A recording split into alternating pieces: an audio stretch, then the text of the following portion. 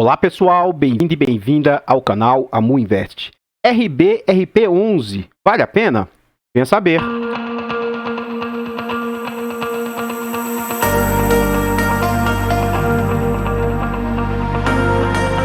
Então pessoal, antes da gente saber mais a respeito desse fundo, eu gostaria de pedir humildemente, por favor, deixa o like aqui no vídeo, comenta aqui embaixo, você conhece esse fundo? Você sabe em que ele investe? Você acha que ele é um bom fundo? Na minha opinião, eu reputo ser um bom fundo, sim. Compartilhe esse vídeo com as pessoas que você conhece, nos ajude a levar conhecimento e educação financeira a mais pessoas. Se inscreva no canal e ative o sino para ser notificado de todos os vídeos. Contamos atualmente com 878 inscritos, muito obrigado a cada um de vocês. Almejamos alcançar 1000 inscritos o quanto antes. 900, 1000, daqui a pouquinho a gente chega. Tem um inscrito no canal muito ativo, e ele começou a nos incentivar dizendo que nós chegaríamos a 1000 inscritos no final de setembro. Quando ele falou pela primeira vez, eu não acreditei, mas no ritmo de crescimento, nós temos chance de chegar nos 1000 inscritos entre os dias 5, 10 ou 15 de setembro. Então, comente aqui embaixo quando vocês acham que a gente vai chegar nos 1000 inscritos. Vamos à frente aqui saber a respeito desse fundo. Esse fundo ele é híbrido, por quê? Ele investe tanto em lajes, mas ele também é exposto no setor logístico. Ele foi lançado no final de 2019, na base de R$80, um valor atípico aí, mais baixo do que o normal do mercado. Eu apoio esse valor. Para mim, os lançamentos deveriam ser entre R$10, que é o que a gente tem aí, base 10 ou até menos, até uns R$50. Esse aqui deveria estar orbitando os valores das cotas dos fundos imobiliários. Continuando, ele é da RBR Gestão. Tem como mandato renda, que é oferir ganhos por meio de aluguel, e tem uma liquidez diária muito boa, de quase 2 milhões por dia. Os usuários dão nota 4 de 5, ele tem representação no IFIX, e ele conta com 12 milhões de cotas. Como eu já venho tentando demonstrar no canal, o mercado é cíclico. Este fundo, o setor de lajes e o setor de shoppings, são dois setores que estão sofrendo muito. E agora, um setor que começou a sofrer bastante também é o setor de fundos de fundos. Então, como são setores que estão depreciadas suas cotas, são cotas que estão sendo negociadas abaixo do seu valor, pode ser que seja o momento de se posicionar. Você deve comprar quando ninguém quer. Porque se for um bom fundo, talvez este seja o melhor momento para se posicionar. Então, esse fundo ele está sendo negociado com 13% de desconto. O que isso significa? Ele está sendo negociado a um PVP de 0,87. Então ele é um fundo bilionário, é um fundo que vale 1 bilhão e 53 milhões, só que o mercado está aceitando pagar apenas 917 milhões. Como assim? É como se você tivesse uma nota de R$100 e você conseguisse comprar essa nota por R$87. Ó. Então o fundo vale R$86, as suas cotas, e o mercado está pagando apenas 75. Tendo o MEI 7 como referência, é um fundo que já conta com quase 90 mil cotistas. Vamos à frente. Como a gente observa, o fundo foi lançado na base de R$80, foi lançado no olho do furacão no final de 2019. Quando ele foi lançado, ele teve uma ascensão muito grande, ó, então chegou a ser negociado a 25% acima do que ele realmente valia. Mais de 25%, ele chegou a ser negociado aqui, ó, na faixa de R$110. E eu acredito que no horizonte de médio prazo, ou seja, entre 1 ano, 2 anos, esse fundo tenha potencial para voltar a ser negociado aqui acima dos 90, 100, R$110, nessa faixa. Veio o momento pandêmico em 2020, em março de 2020, jogou as cotas desse fundo para próximo de R$60, uma excelente oportunidade de entrada na época. O fundo voltou a se recuperar, passou do seu valor patrimonial, quase voltando a atingir os R$100 novamente, e aí, com as vacâncias, com o sofrimento do setor e tudo, este fundo vem numa tendência de queda. Por quê? Mês após mês, ele veio começando a ter vacância e entregar menos resultado. Acredito que no horizonte de 6 meses aí, ele já deva voltar a se recuperar e voltar próximo aqui ao seu valor patrimonial aqui. Depois, dentro do relatório gerencial, eu vou dizer o porquê desse meu ponto de vista. Esse fundo já passou por 5 subscrições e a última foi recente, foi no início do corrente ano. Vamos à frente. Aqui a gente observa o que o fundo vem entregando. Eu busco fundos que entregam entre 0,60% de dividend yield. Quem se posicionou nesse fundo lá atrás, quando ele foi lançado, estava tendo esse yield aí. Ó. E aí o que acontece? Mesmo com suas cotas sendo negociadas acima do seu VP, ele estava entregando um excelente yield. Ó. A gente observa que estava entregando 56, 58 centavos. Então, durante um período, ele foi entregando bons resultados, só que começaram as vacâncias. Caiu para 55, 52, absurdos 30 centavos. E agora ele voltou, ó. A gente observa que agora ele está numa tendência de alta, ó. 30, 32, 35, 42 e tem tendência de aumentar mais ainda esse resultado aqui. Então, baseado na cota atual, ele já está próximo de um yield ali que eu reputo ser um yield aceitável aí. O que a gente observa? Que os 42 centavos representam 0,56% e isso vem com yield acumulado de 7,64%. Caso ele consiga entregar esse 0,6 aqui constante, isso vai dar um yield aí de mais ou menos 7,5 aqui, ó. Se ele conseguir aumentar para 0,7, que é muito difícil esse fundo aumentar para 0,7, ele já entregaria um yield de entre 8,5% e 9%. Não é um yield ruim, ainda mais para fundos de tijolo, mas para mim, ser um ponto de entrada, nesse yield que ele está entregando, eu precisaria que ele caísse um pouco mais para o patamar de 78, 75, apesar de eu acredito que ele não vai cair. Ele vai começar a se recuperar suas cotas aí. Vamos à frente. Aqui a gente já está dentro do relatório gerencial. Eu vou dar uma lida aqui, não em tudo, mas vou dar uma lida por cima. Então ele fala que em julho o fundo distribuiu 42 centavos, porque ele concluiu a aquisição do edifício River One, que hoje representa aí quase metade do seu patrimônio. É um prédio bem caro que ele comprou, então ele representa bastante do patrimônio do fundo. Aí, continuamos avançando em 3 frentes que abordamos nos últimos relatórios. Então, consolidação da participação em ativos de posição. Então, em julho, eles fizeram aquisição pequena no edifício Mário Garneiro, e atingiu 18%, 18,5% dessa torre agora, por total que eles possuem. Investimentos em desenvolvimento em regiões prime de São Paulo. Então, em julho, nós avançamos na diligência de um terreno na Vila Olímpia, na cidade de São Paulo. Caso avance de forma satisfatória, o fundo vai adquirir 60% do terreno para desenvolver uma boutique office. E a conclusão dessa aquisição será comunicada ao mercado. Olha só, você começa a observar as posições do fundo antes. E aí você tem como ter poder de decisão. Sempre leia o relatório gerencial com atenção. Ó. Desinvestimentos em ativos maturados, oferindo ganho de capital. A RBR ela é mestre em fazer isso. Ela compra e vende, ela não está nem aí para a situação. Teve possibilidade de ter um bom ganho, ela vende e já passa para o próximo. Isso é bom para o cotista, esse tipo de gestão ativa. Então, a procura por ativos menores do portfólio cresceu e começamos a receber propostas por um deles. Caso as negociações avancem de forma satisfatória, informaremos ao mercado. Bem interessante aí. Aqui a gente observa as estratégias. Então, estratégia de investimento. A gente vai ver que tem vários tipos de estratégia lá mais à frente do relatório, a gente vai ver isso. E ele fala que na estratégia core, investimento em tijolo, diretamente ou por meio de FIIs. O portfólio fechou o mês de setembro com 11 ativos. Como a gente observou lá atrás, esse é um fundo que investe em lajes, mas ele também está exposto ao setor logístico. Só que o setor logístico é por meio de FIIs. Ele comprou um fundo da própria gestora, o RBRL, e ele tem uma participação de quase 30% no RBRL. Então ele também está exposto ao setor de logístico. Ele fala que o fundo conta com 11 ativos da estratégia core, com vacância de 8% localizada em ativos pontuais. O River One, após a conclusão da aquisição, o prazo de 15 meses de renda mínima garantida se inicia. Por isso que eu acredito que ele vai manter aquela renda ou talvez até aumentá-la um pouco.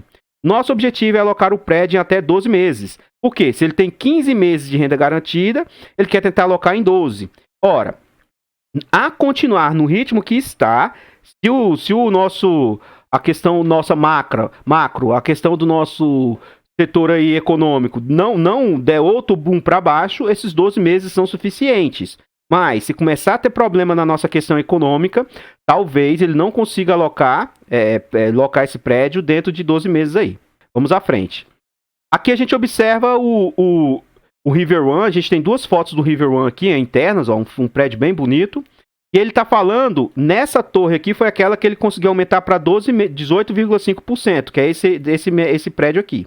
E nesse prédio está fazendo retrofit. E retrofit é reforma. Começa a ficar mais evidente para o público a reforma que está fazendo. Se melhora, se torna o prédio mais moderno, faz algumas mudanças aí, ele tem condição de aumentar o valor do aluguel e alocar mais rápido aí para novos inquilinos. Já dentro do relatório gerencial, a gente observa um aumento aqui na sua receita bruta aqui, ó. Então saiu do patamar de 2.900.000 para 4.200. Mas o que a gente precisa ver no final das contas é a sua receita líquida aqui, ó, que saiu Receita antes das despesas, tá? Ele saiu de um patamar de 5.100, 5.700 para 6 milhões e 200. E a receita líquida saltou ó, de 3.800, 4.500 para 5 milhões e 35.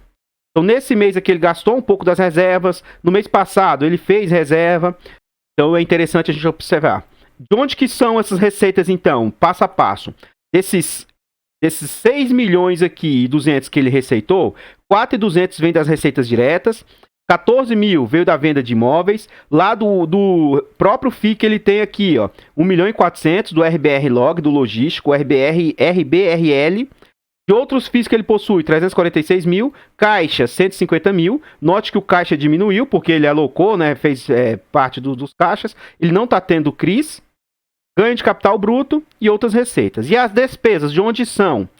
As receitas foram 800 mil de taxa de gestão, despesa mais de vacância, 130 mil, despesa de comissão, 200 mil, outras despesas, 29 mil, imposto de renda sobre ganho de capital, 5 mil. Então a gente observa que ele teve como despesas 1 milhão e 200. É um pouco salgado para um fundo que receitou 6 milhões e 200.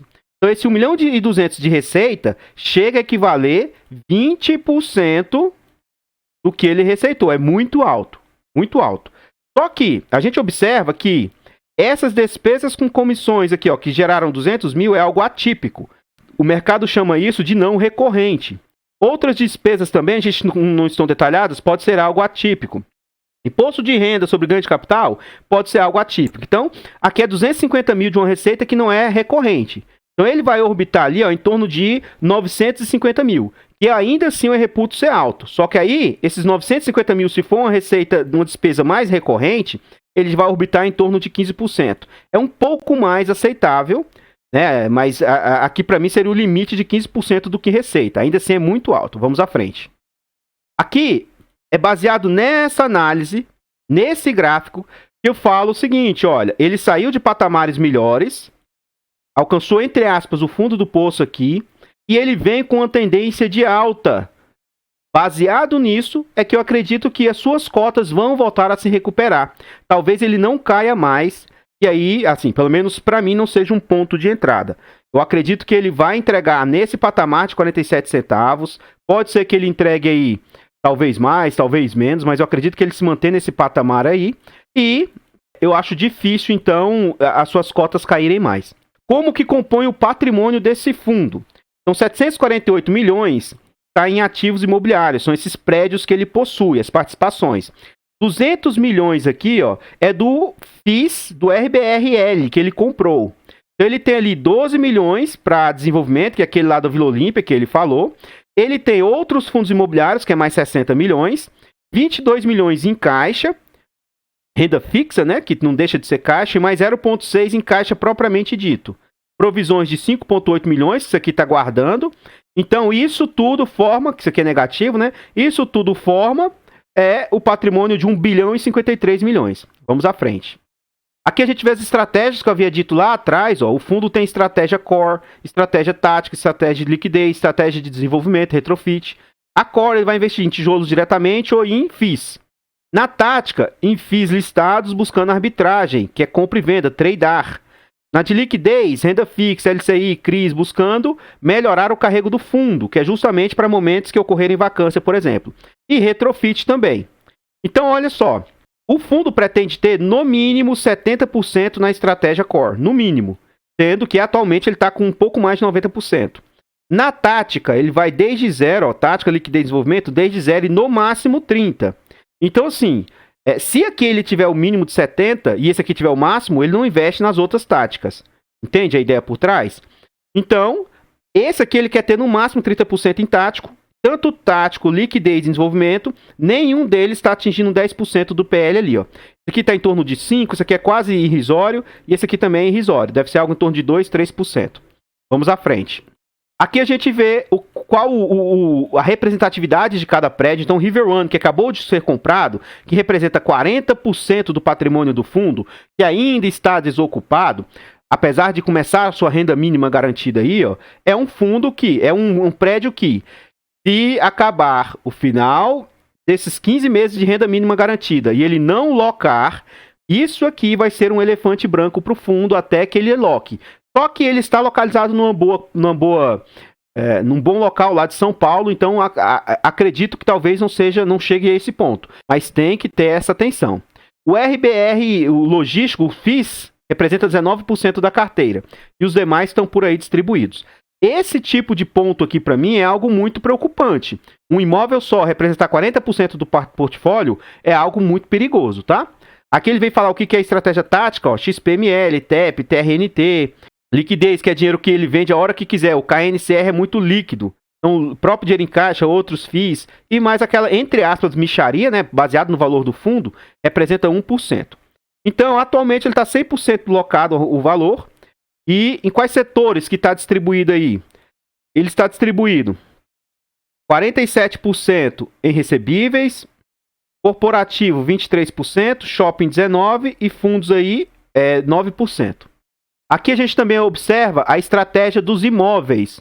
Os imóveis são 91% em São Paulo e apenas 9% do Rio de Janeiro, que atualmente é uma praça, é uma região que está sofrendo bastante. Na sua imensa maioria, são imóveis do tipo de tijolo de lajes, 3% que é os outros aí. 52% possuem contratos atípicos, 48% típicos. É muito interessante, está meio a meio, nem concentrado demais em um, nem em outro. O reajuste dos seus aluguéis, 80% é IGPM, 19% IPCA e 1% em NPC. Está se encontrando dificuldade de repassar o IGPM. Está tendo aí tentativa de negociação para troca do IGPM pelo IPCA, ou não está se passando todo o IGPM. Então, isso aqui pode ser um ponto que não consiga fazer toda a revisional. Aqui a gente observa o seguinte, que cronograma de vencimento dos contratos. Uma segurança que traz para o fundo é que 70% só vai vencer acima de 2025. Então, tem pequenas quantidades aqui vencendo. 2024 já passa a ser uma quantia maior, ó, quase 20%. Aí tem que ter atenção aqui nessa época. Pode ser um momento perigoso para o fundo.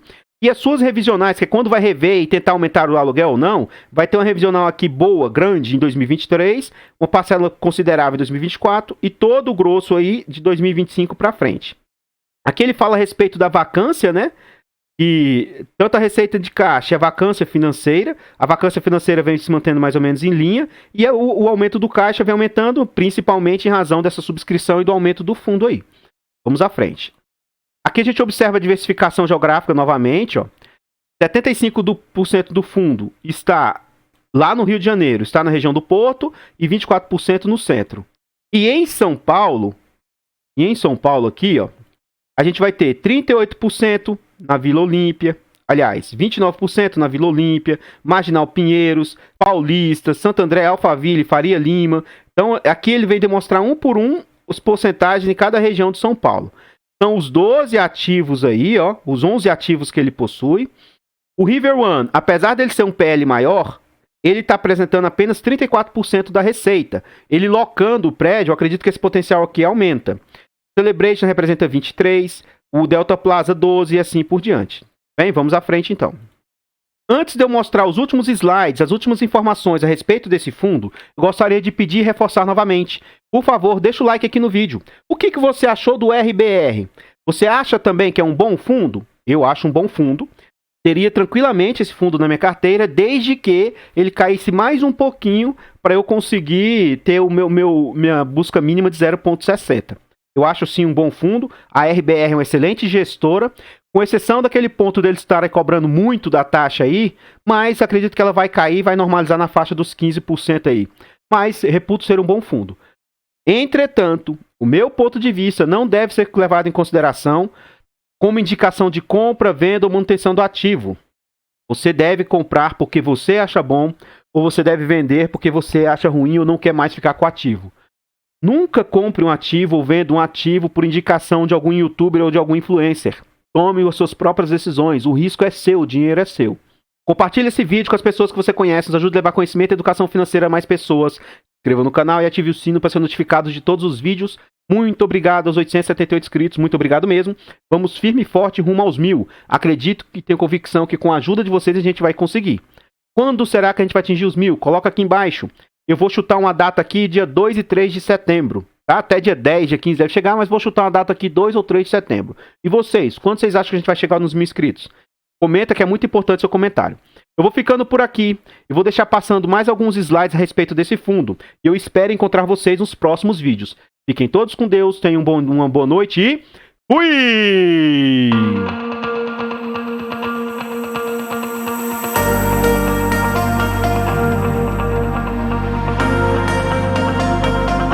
Artlist.io.